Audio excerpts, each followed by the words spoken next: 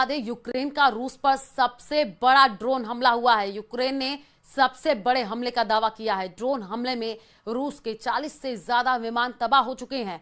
Drone हमले में रूस के A-50, Tu-95 और Tu-22 और M3 विमानों को निशाना बनाया है।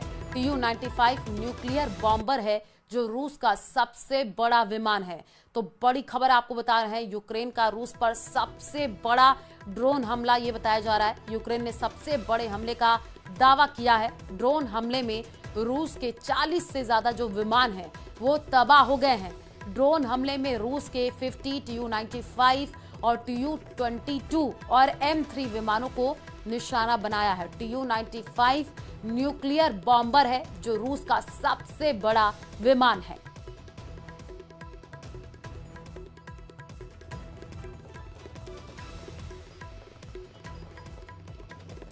तो ये बड़ी खबर आपको इस वक्त बता रहे हैं। ड्रोन हमले में रूस के 40 से ज्यादा जो विमान हैं वो तबाह हो चुके हैं। रूस अब यूक्रेन पर पूरी तरह से कब्जा करने के लिए अंधाधुंध हमले कर रहा है। हालात ये हो गए हैं कि अब जेलेंस्की ने भी अमेरिका समेत तमाम नेटो देशों से कह दिया है कि अगर रूस को नहीं रोका तो पुतिन का रूस कई नेटो देशों पर भी कब्जा कर लेगा। कुछ वॉर एक्सपर्ट्स का दावा है कि पुतिन पूरे यूक्रेन को निगलने जा रहे हैं। ये रिपोर्ट देखिए।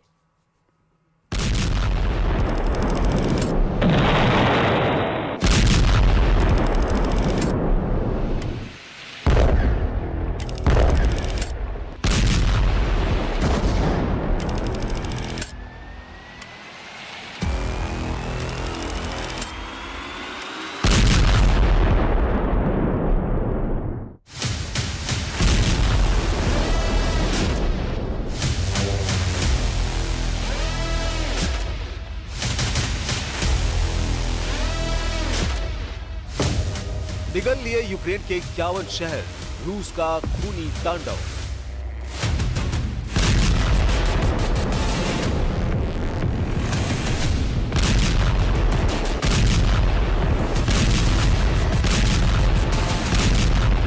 लगभग 1200 से ज्यादा दिन की जंग में रूस ने यूक्रेन के लगभग 21% से ज्यादा इलाके पर कब्जा कर लिया है। लेकिन उसके बाद भी पुतिन की रूसी सेना रुकने का नाम नहीं ले रही है। तुर्की में सीज फायर को लेकर हुई मीटिंग में कोई भी नतीजा नहीं निकला। राष्ट्रपति ट्रंप ने पूरा जोर लगाया कि किसी तरह से रूस और यूक्रेन के बीच सीज फायर हो जाए, लेकिन हुआ उल्टा। अब पुतिन की रूसी सेना ने यूक्रेन के 51 से ज्यादा शहरों पर चुन चुनकर हमले शुरू कर दिए हैं। पिछले 24 घंटे में पुतिन के सख्त आदेश पर रूसी सेना ने 24 घंटे के अंदर यूक्रेन पर 528 से ज्यादा धमाके किए हैं। दावा किया जा रहा है कि रूस ने बैलिस्टिक मिसाइलों, शाही ड्रोन और क्रूज मिसाइलों से यूक्रेनी शहरों पर कयामती हमले किए हैं। रूस ने हवाई और जमीनी दोनों हमलों को काफी तेज कर दिया है। वॉर एक्सपर्ट्स के मुताबिक सीज फायर वार का बेनतीजा निकलने के बाद से यूक्रेन पर रूस ने 40% से ज्यादा हमले अब तक किए हैं। कुछ रिपोर्ट्स में दावा किया गया है कि अब पुतिन आधे यूक्रेन पर नहीं बल्कि पूरे यूक्रेन पर कब्जा करने की कोशिश में लगे हैं। इधर जेलेंस्की को ट्रंप की तरफ से मिला जंगी धोखा पूरे यूक्रेन पर भारी साबित हो रहा है।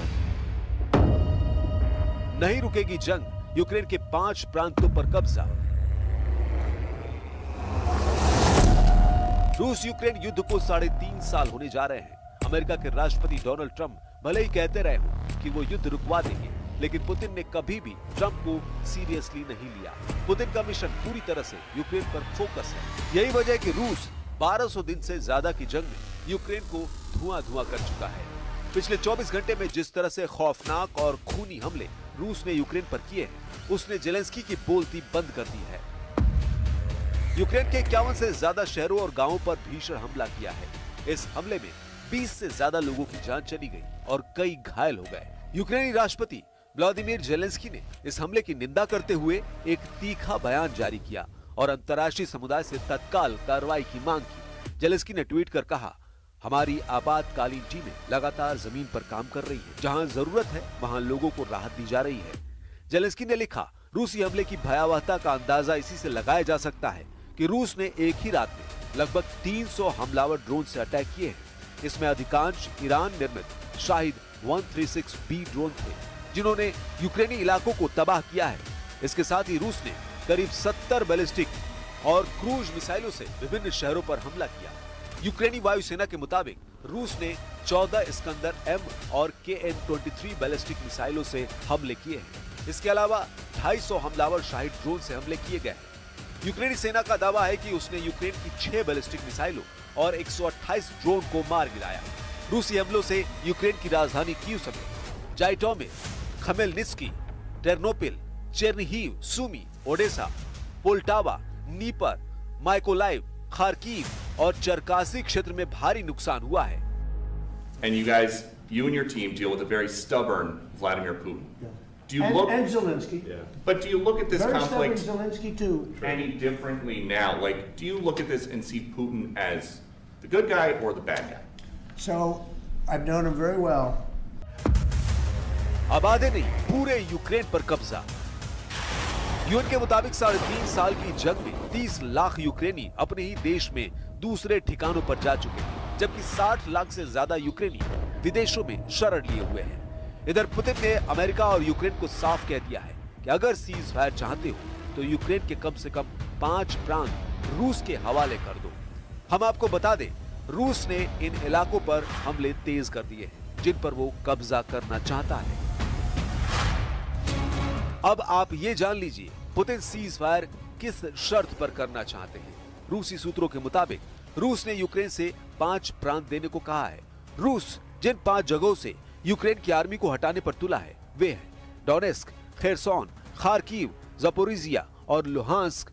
डोनेस्क एरिया में रशियन बोलने वालों का प्रतिशत ज्यादा है, जो खुद को रूस के करीब मानते हैं।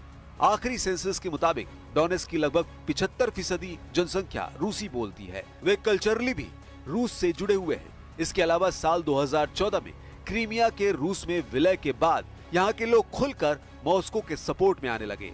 यूक्रेनी सेना और रूसी सपोर्टरों के बीच भारी जंग भी हो चुकी है। यूक्रेन का सर्वनाश, पुतिन के सीरियल अटैक शुरू। रूसी मिसाइलों के हमले, रूसी फाइटर जेट के हमले, रूसी ड्रोन के हमले, रूसी टैंक, तोप, रॉकेट से हमले यूक्रेनी सेना पर बेहद भारी पड़े हैं।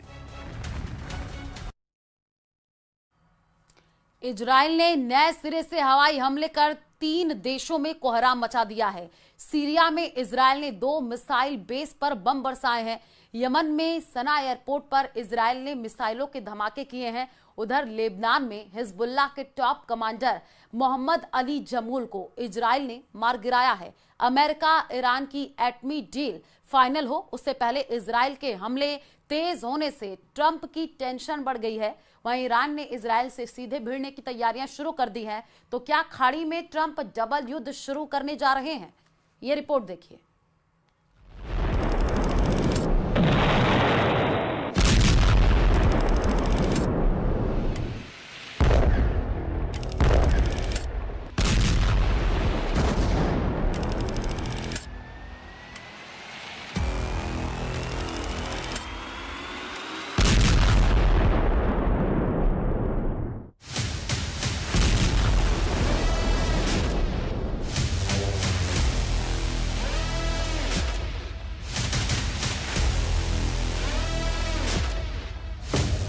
निगल लिए यूक्रेन के 51 शहर, रूस का खूनी तांडव।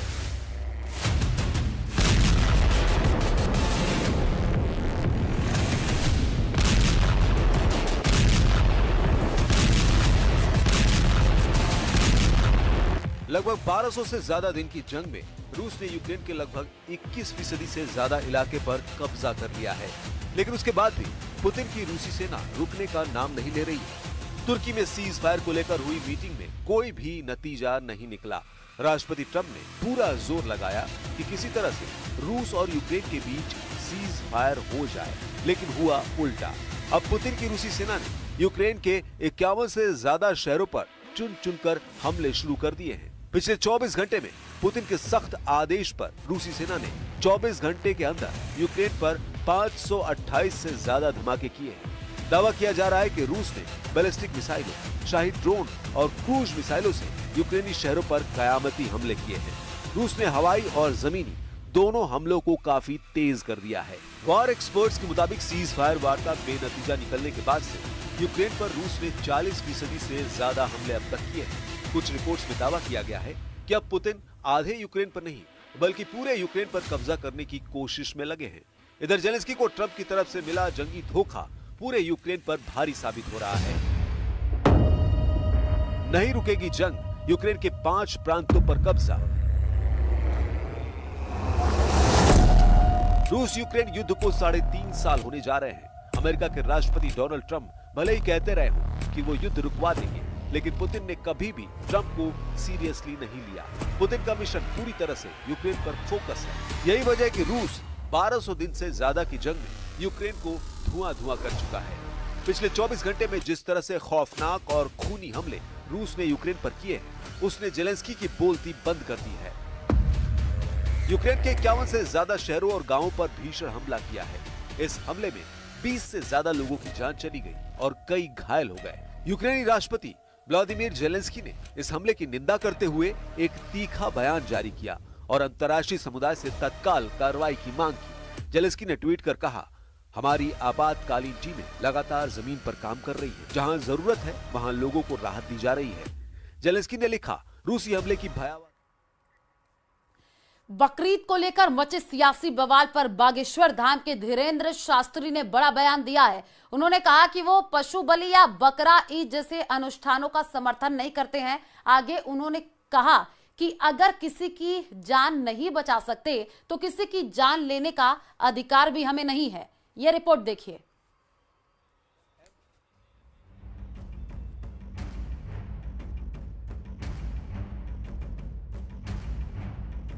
बकरीद से पहले देश भर में कुर्बानी को लेकर फिर विवाद खड़ा हो गया है।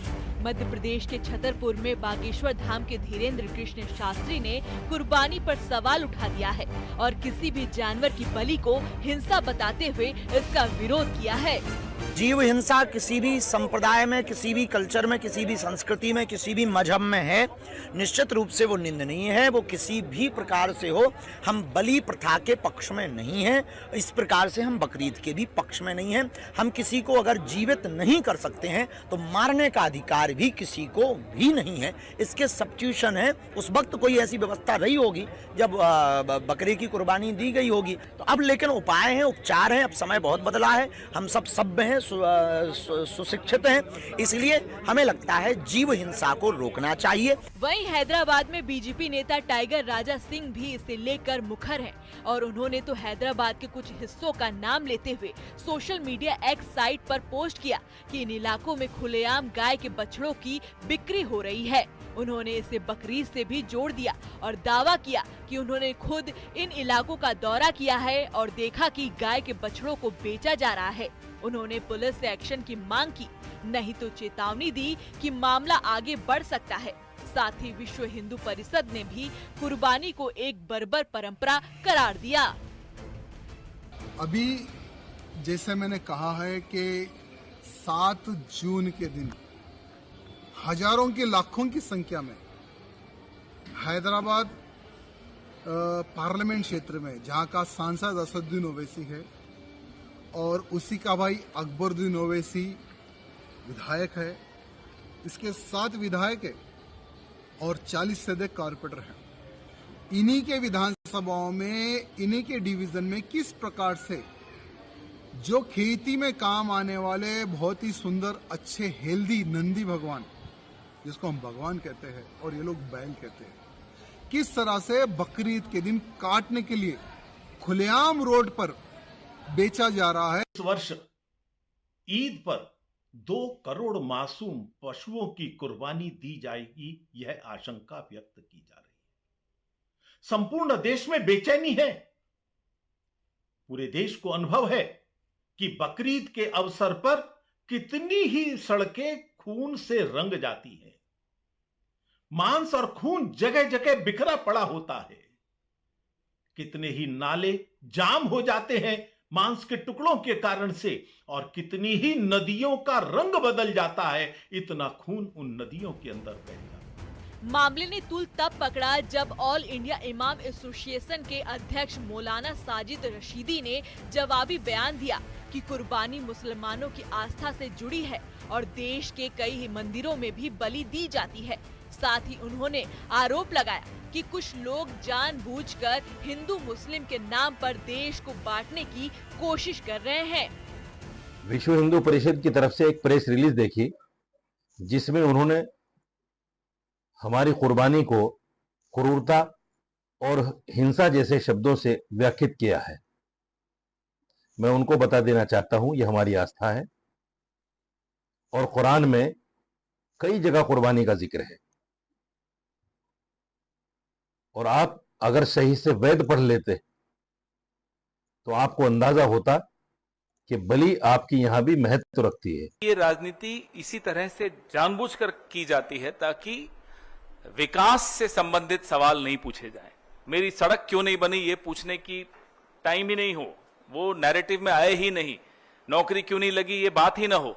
ये इस तरह के मुद्दे जानबूझकर उठाए जाते हैं। कोई भी वो उठाए, वो जानबूझकर उठाता है ताकि असली मुद्दों से इस देश का और पश्चिम बंगाल का ध्यान हटाकर इसी तरह की नफरत की राजनीति में लगाया जाए। कुर्बानी एक ऐसा मामला है जो मुसलमानों के लिए परंपरा और आस्था से जुड़ा है, तो पर्यावरण प्रेमियों के लिए बेजुबान की आस्था के नाम पर हत्या करने से जुड़ा है, जबकि सियासत के लिए मजहबी टकराव का मुद्दा है।